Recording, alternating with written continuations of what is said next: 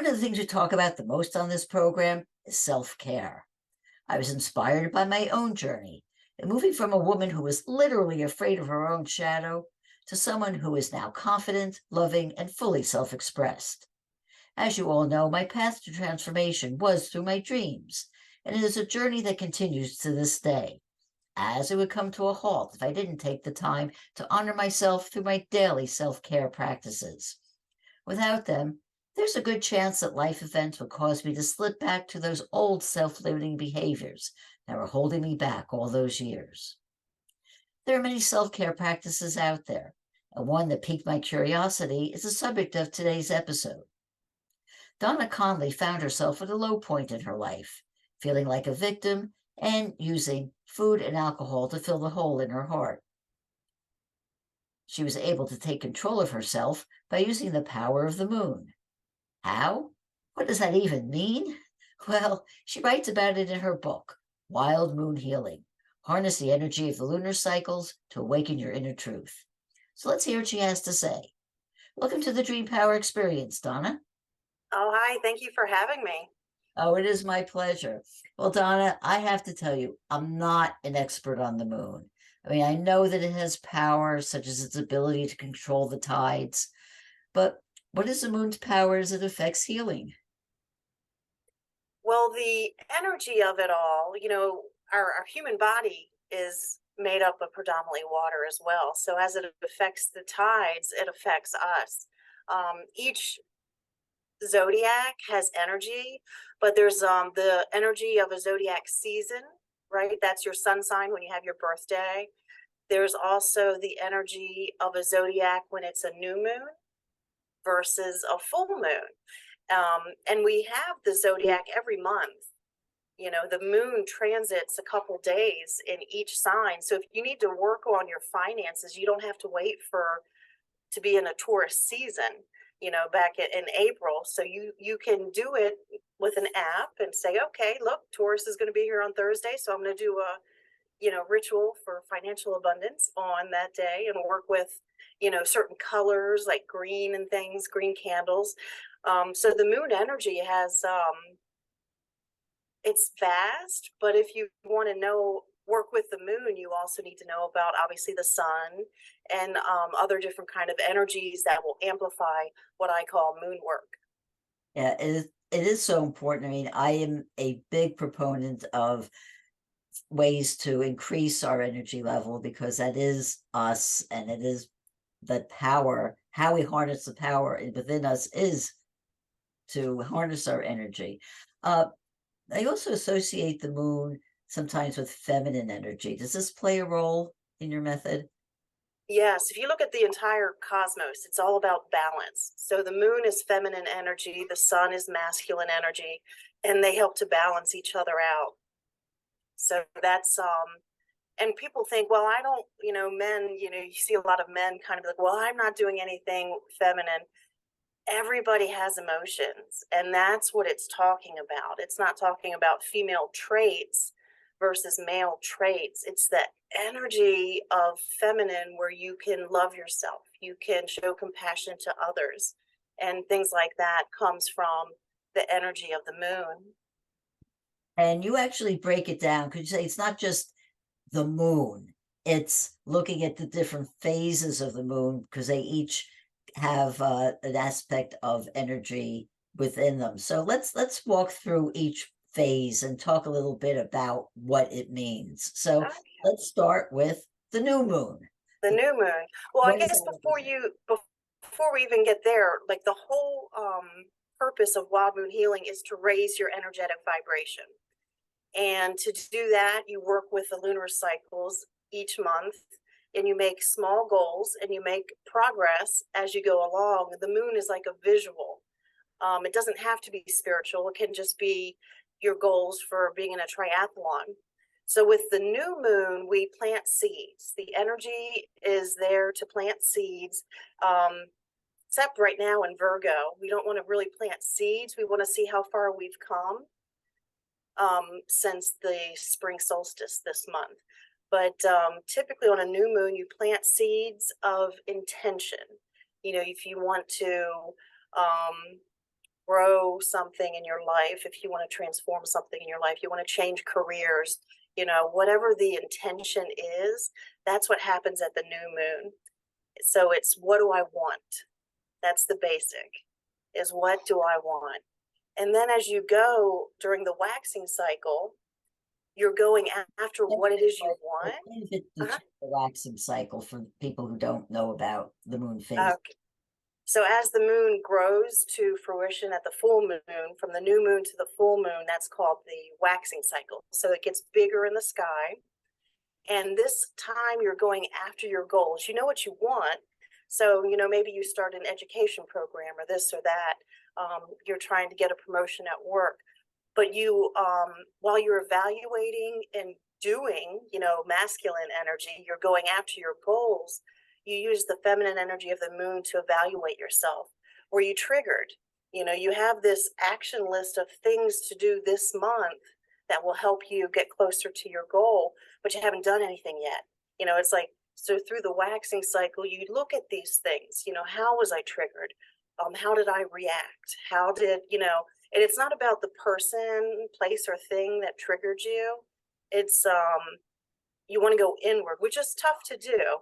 But in my book, I pose certain questions to help you keep looking inward instead of saying, well, this isn't my fault, it's my coworker's fault. We have to accept everything in our life and the energy that we bring to whatever happens. Then when the moon is full, it's a lot of people regard that to lunacy and things. But if you are not in sync with the energy, then it does seem like it, because the full moon is the polar opposite in zodiac of the new moon. So these are complete opposite energies, but it's not designed to create havoc. It's designed to balance. So whatever the new moon brought, that energy, then this energy of the full moon is here to balance that out. Where we're at currently, we just had the last night and tonight. It's going to be beautiful. The next couple of days, we had the blue moon, super moon in the sky, and the energy is about, how do I bring me and my my secret desires, the things I don't want to tell anybody about because maybe they'll laugh at me, or maybe I'm not going to be successful. These things that we think that hold us back. Now's the time to say, okay, I'm going to be me, and how do I bring me into the collective? And I do refer to moon energy sometimes as me versus we, because we have to learn to be authentic, but then we have to learn to bring our authentic self into society, right? And then after the full moon, it starts to get smaller and goes back down to the dark moon, the new moon, and that cycle is called the waning. So when it shrinks in the sky. And this is the time you really want to show yourself grace. You're still going after your goals. You never stop doing that. But from a feminine moon energy, you want to show yourself grace. You want to let go of things, whatever you identified as triggering and reactions and things. This is the time to let those things go. And they can be hard to do. That's why it's, loving, forgiving. There's so many different ways to let go. The concept is so elusive, but there's so many ways to do it. You can forgive yourself, you can forgive somebody else, just showing compassion. There's so many ways to let go. And that's what the waning cycle is about: letting go, loving yourself, and showing compassion towards others. Yeah. So how strict would a person have to follow this to gain the most what they want out of their life? I mean, like, for instance, if you had an idea to start a new project, would you have to wait till the new moon to start it, or does it, could you do it at any other time? There are some times of the year that if you start a project and it has to do with planetary alignments and everything, Mercury's in retrograde and all these things, and you sign a contract to do something, you might not be setting yourself up for complete success in the way that you envisioned it. But for just typical life goals, making yourself better, learning, growing, transforming yourself. If you want to start something, you can start it at any time. It's, but when you get into really following the lunar cycles, then it can't be strict because you won't follow it, right? You have to create a daily practice that works for you. I always tell people, I give everyone has all these tools in their toolbox, right? Well, when you're triggered into something, it's like having a flashlight, right? Everyone has a flashlight in their junk drawer. So something happens, the lights go out, you go for the flashlight, but it's not there. Maybe it's in the closet. Now you run upstairs and it's like, the time is on because your phone is about to die. So your flashlight on your phone isn't gonna work very much longer. So you find a flashlight upstairs, but there's no batteries. Then you go around looking for batteries. You have every battery size but the one you need. And then it's like, okay, well, let's just light a candle. Well, we diffuse essential oils now. We don't have any candles. So then the lights go out, your phone dies, and you're sitting in the dark. This is what happens when we're triggered and we have all of our tools in the toolbox. You can't just pull meditation out when something happens and try to breathe through something, because if you don't do it regularly, it's not going to work exactly how you expect it to. So that's why I use the term daily practice. And it has to be whatever you will do. If journaling isn't your thing, then I wouldn't try to start a journaling practice. If meditation, you can learn to do these things for certain, and that could be your intention. But creating a practice that gets you self-centered, looking at yourself, looking at how you're growing, evolving, is as long as you do a little bit every day, it can be so small. And doesn't it build upon itself? Like the more you do it, the stronger you get, the more it becomes a habit. So you're totally entrained with it, and Yeah. instead of becoming a practice, it really becomes you. Yeah, because as you do these things, they become just secondhand nature for you. Your vibration increases. Then you start seeing synchronicities of the universe, coaxing you on, and then you start actually manifesting things. I do a collage every year of all these things I want to manifest. Well, this year I had everything that I wanted, but I didn't put it all together on my vision board yet. And so this summer, when I went to do my vision board, I'm like, I need to put these things on the poster board because it has to be there, and everything's dated on the back. And I was going through these photos, and I'm like, well, I can't put this on there anymore because it already happened. And I was just like, oh my gosh, look at all this stuff I've already manifested this year. And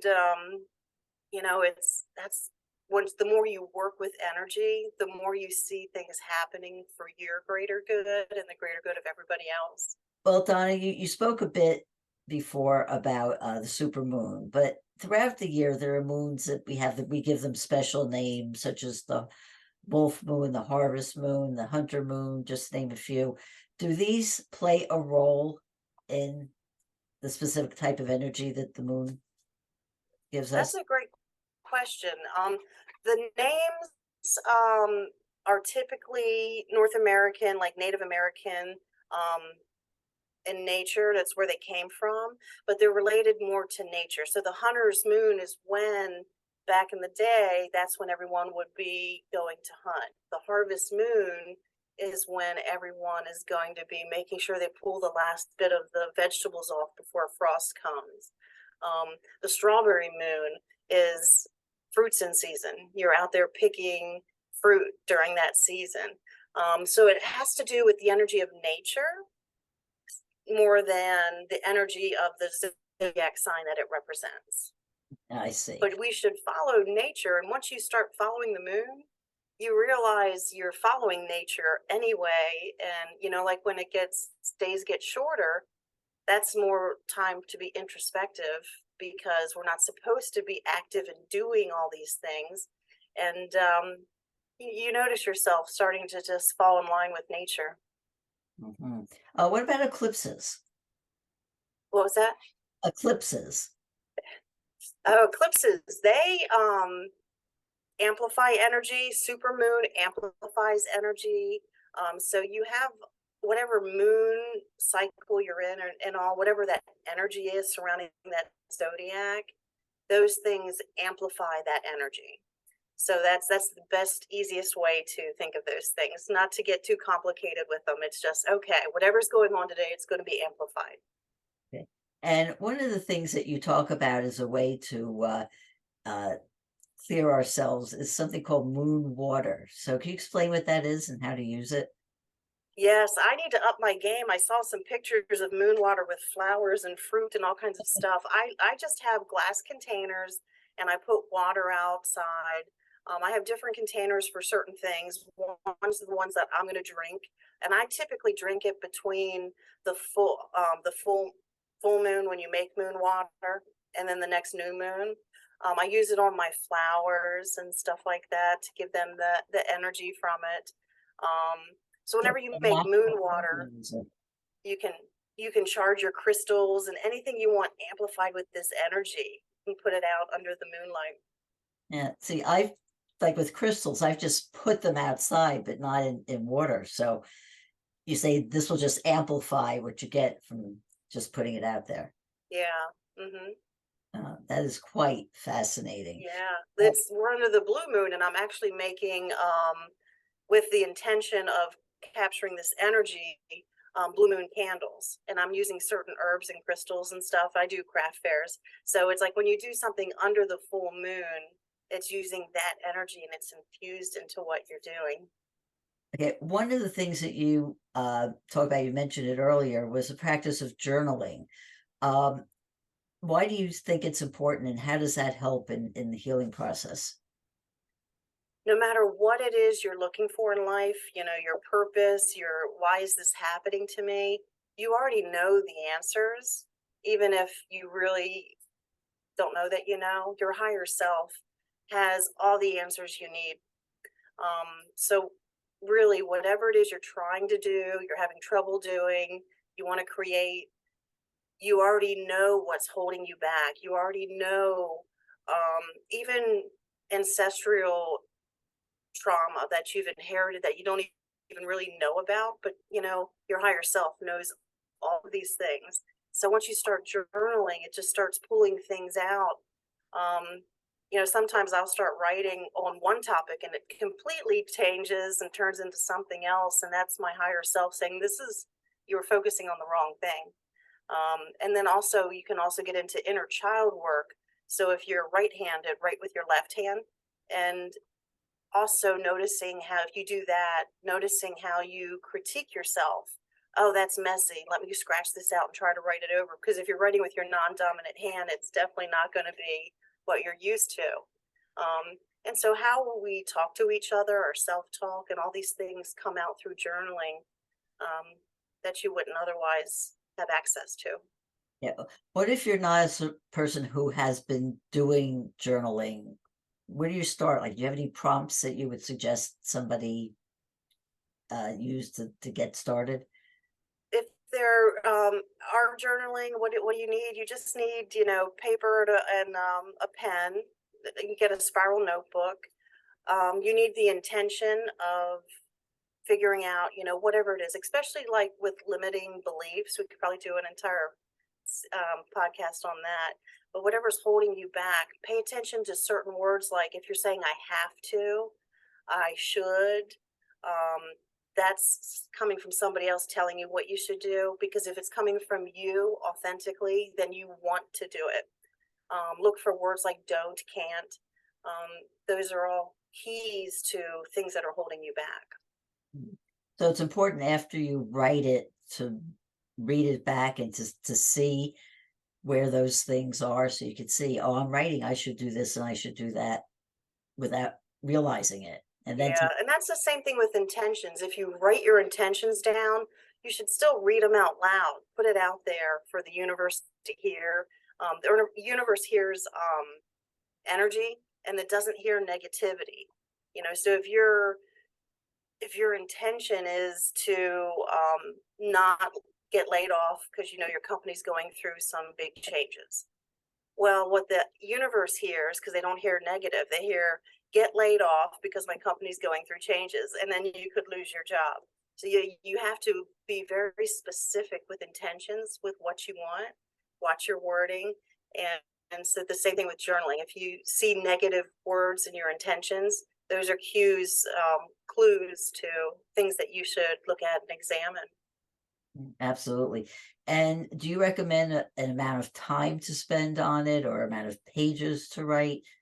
No, sometimes you might write one word.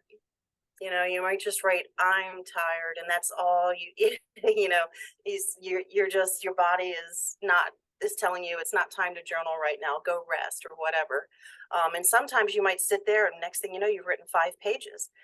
It'll never be the same each time, especially if you're doing pre-written prompts that are guiding you. If they're written by somebody else and you're trying to get things out of your own head, it just might not be the right question for you at that time.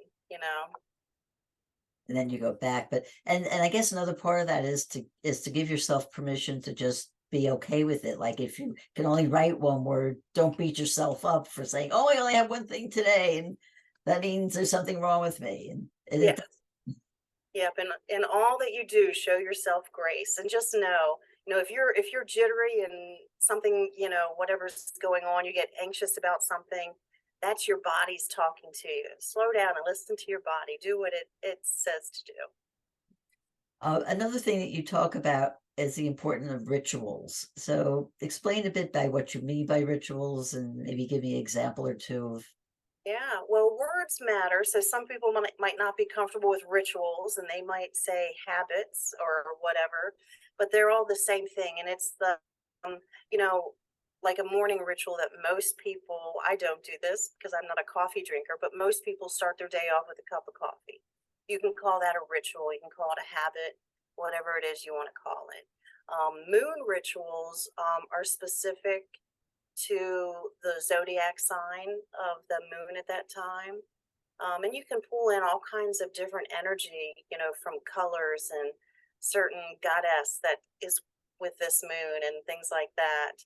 Um, and you're doing something very specific. You could do gridding with crystals, but it's very specific to what it is you're trying to create. It can be as elaborate as doing these griddings with crystals, or it can just be as simple as a little prayer. You know, it doesn't have to be grand and have flowers and put food and stuff outside for nature, for Gaia to absorb. And, it doesn't have to be all of this.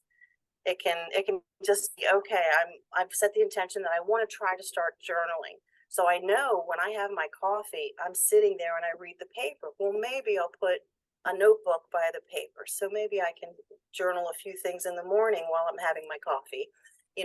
That could be a ritual that you're trying to do. Gotcha.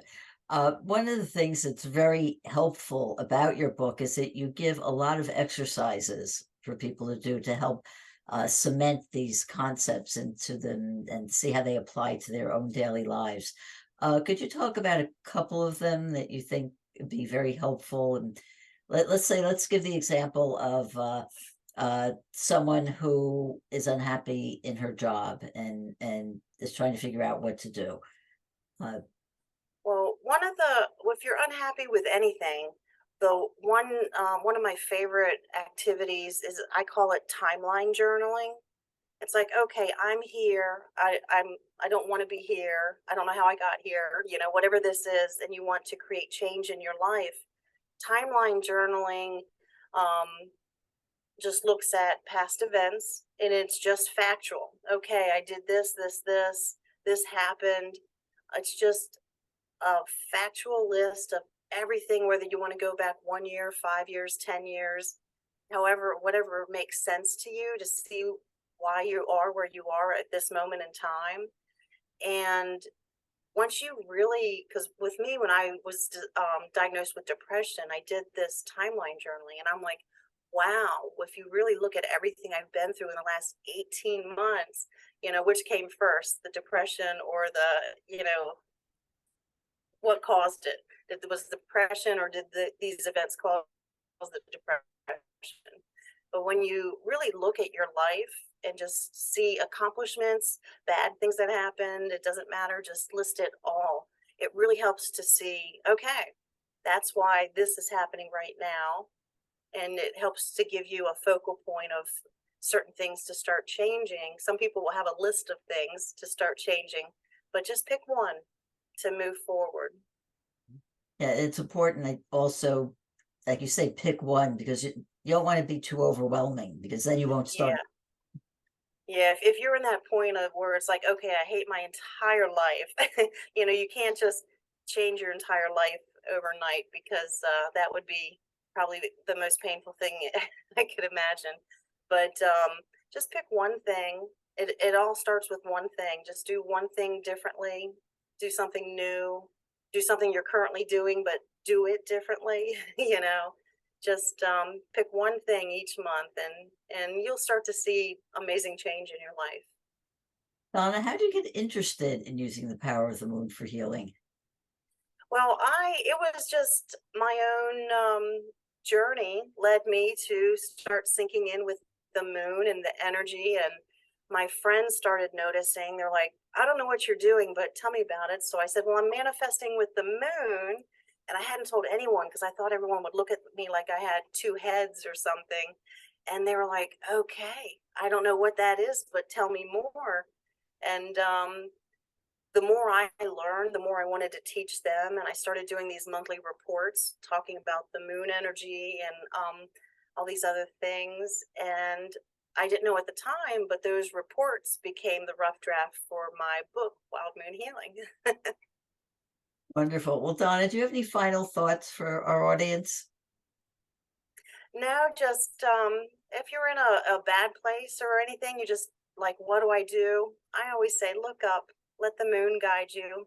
Just feel the energy. You might be standing there like, I don't know what I'm supposed to be feeling, but just try to tap into that energy and you'll see a smile come across your face or some tension release in your body. Can always just start with the moon. Great. Well, Donna, how can people find out more about you and your book? You can go to my website, wildmoonhealers.com. You can find my book on Amazon. Wild Moon Healing is the book. And I have another book, Wild Moon Healing Revolution, coming out. Okay, we've been speaking about using the moon cycles for self-care with Wild Moon healer Donna Conley. I hope you've enjoyed today's program. If so, please hit that subscribe button so you don't miss out on any future episodes. Until next time, this is Debbie Spector Weissman saying, sweet dreams, everybody.